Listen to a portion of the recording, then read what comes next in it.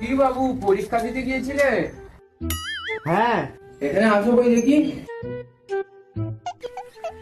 হ্যাঁ কাকু বলো। বাবুর যে কি পরীক্ষা ছিল? ইতিহাস।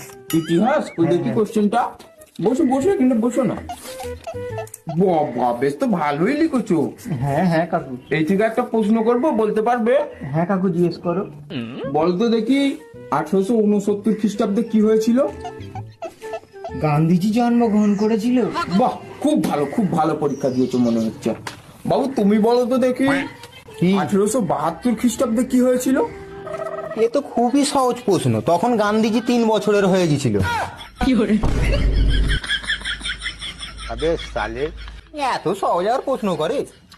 তুই কার গায়ে বসবি নাকি? চললাম। कौन है ये लोग? कहाँ से आते